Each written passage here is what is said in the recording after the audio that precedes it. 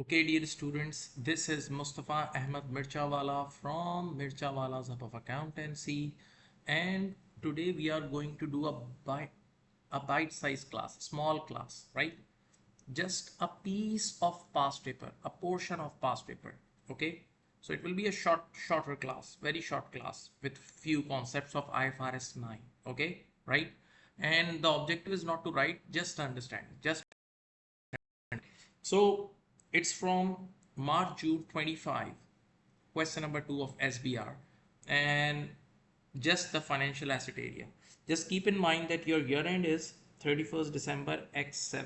Okay, right? And now this is the area which I'm talking about.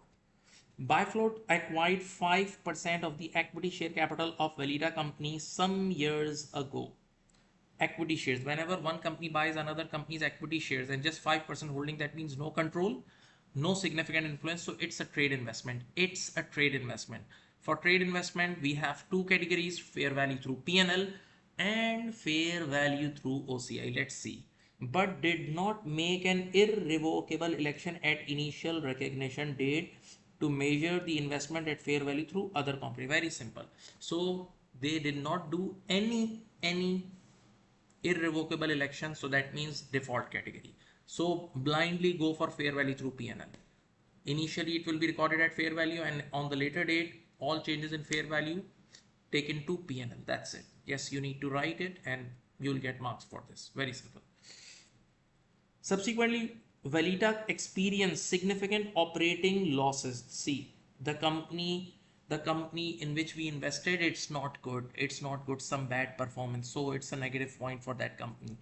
And buy float means we the investor, provided a substantial loan to Valita on normal commercial terms. Okay. So now we have given a loan. So in our books, there will be a loan receivable. Now this is a debt investment. First investment we did was equity investment. Now the second investment we are doing is debt investment. Okay, right?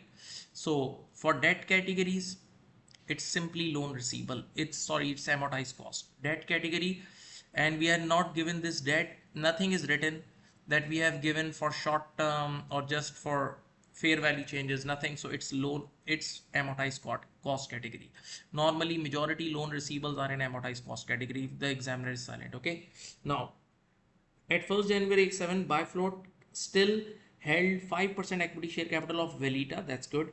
In addition to having a significant loan receivable which was correctly measured at amortized cost. So they have also given you, they have told you that it is correctly measured at amortized cost. So for loan receivable, listen, for equity shares we are doing fair value through P&L accounting. Yes. For loan receivable we are doing amortized cost accounting. In amortized cost accounting, interest income should be booked using effective interest rate, EIR, basic thing. Okay, keep in mind. At 31st October X7, Bifloat agreed to write off half of its loan to Velita in exchange. See, there is some exchange for a further 10% equity shares of Velita. Means we are taking some shares, 10% shares, more shares from, and we are writing off half of the loan. Okay, now this is the issue. The fair value of the shares received in exchange was considerably lower than the carrying amount of the loan receivable. So this is the issue we need to discuss. This is a separate issue in this question. Okay, we need to discuss this now. So on 31st December, Velita was unable to repay the interest falling due on the remaining loan. So now this is IFRS 9 impairment area. Again, impairment area, IFRS 9 impairment area. Hope you remember this area: loss allowance area, expected loss. Do you remember? ECL area. So by now I have find out three issues to discuss in this. Be confident. Three issues. Number one, I will be discussing the easiest part is equity shares area. the category and the treatment. Okay, this is the first area.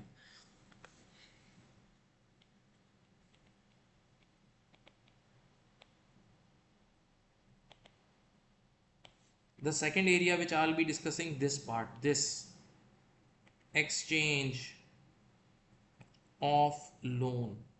This area I'll discuss. This paragraph is important. Okay, and the third area which I'm going to discuss is this area, ECL.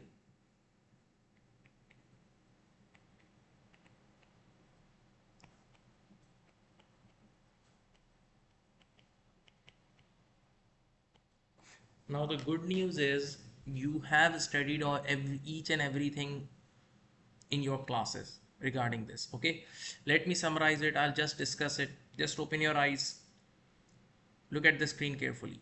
The first thing, equity investment. Equity investments, there are two categories in IFRS 9 financial: 2, fair value through PNL, fair value through OCI. Normally fair value through PNL is the default category, but if you do irrevocable election at the initial measurement date, initial recognition date, so yes, then you can record it in fair value through OCI, but there is no such thing. So that's why the category is fair value through PNL.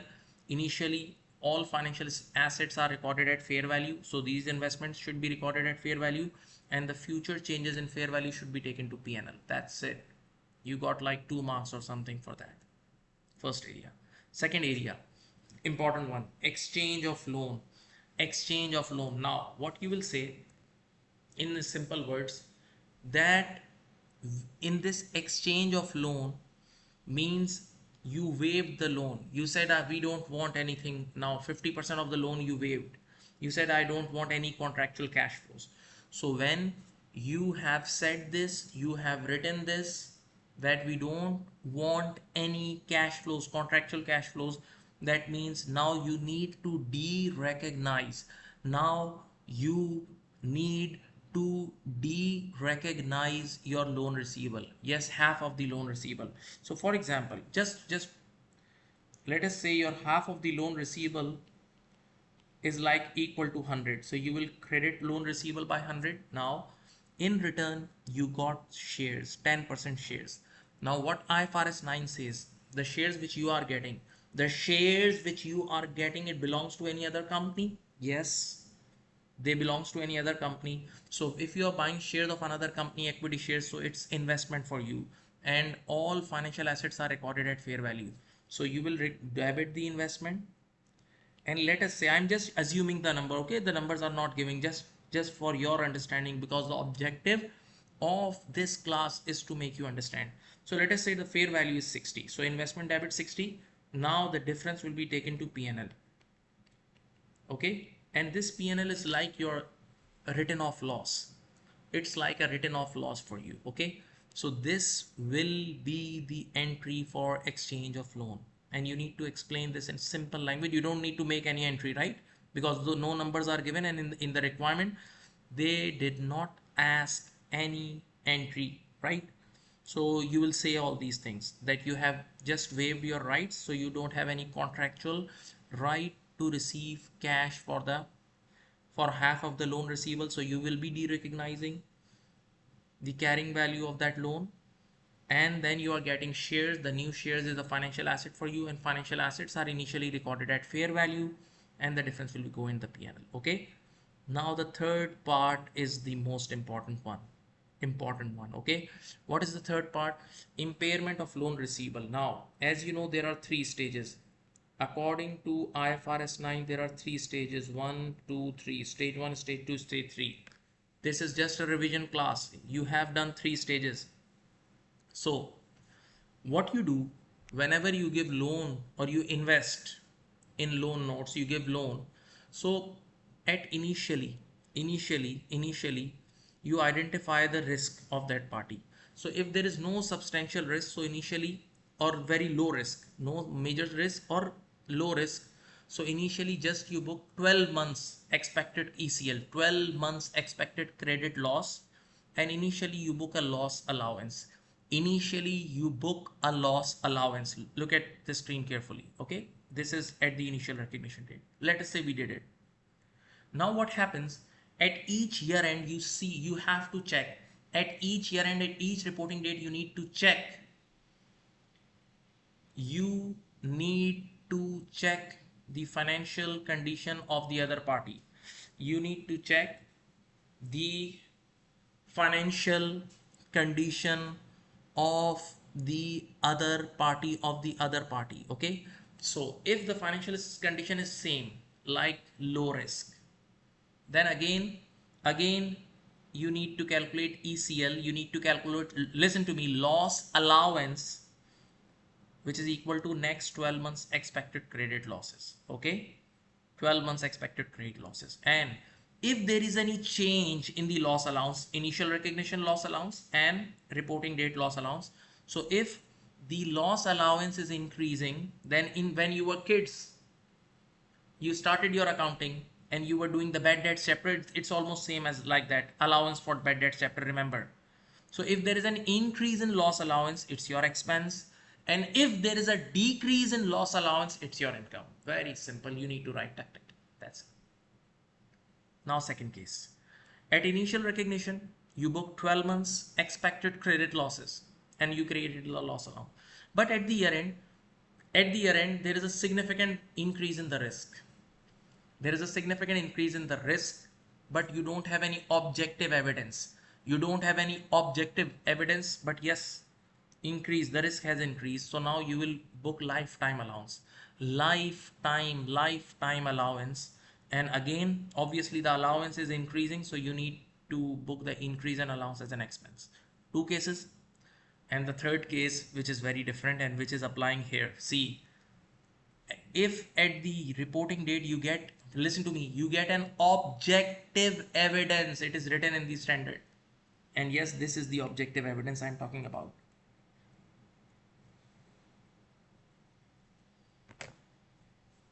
Thus, the other party has said, we don't have money. Openly they are saying, this is what we call default, unable to pay the interest.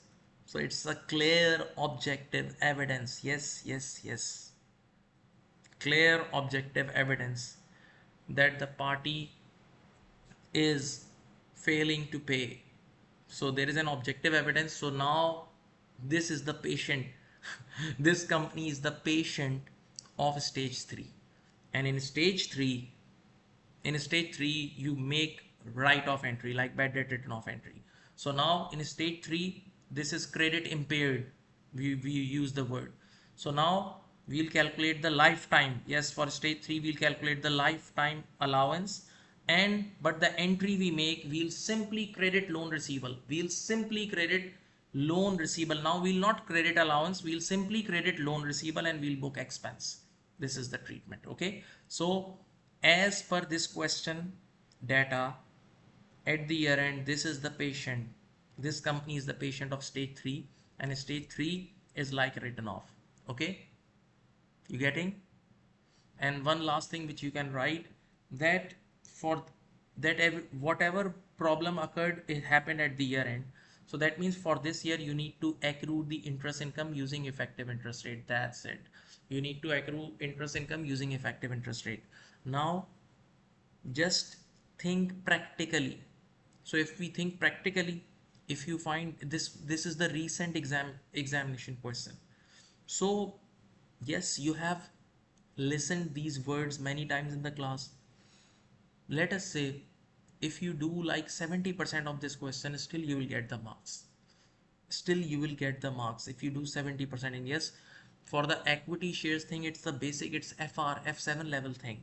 Okay, and this thing also, that financial assets are initially recognized at fair value, this is also the basic thing. So you can do many things with your own. Okay, I hope it benefited you, and if you like the class, please comment and share with your friends. Thank you and take care.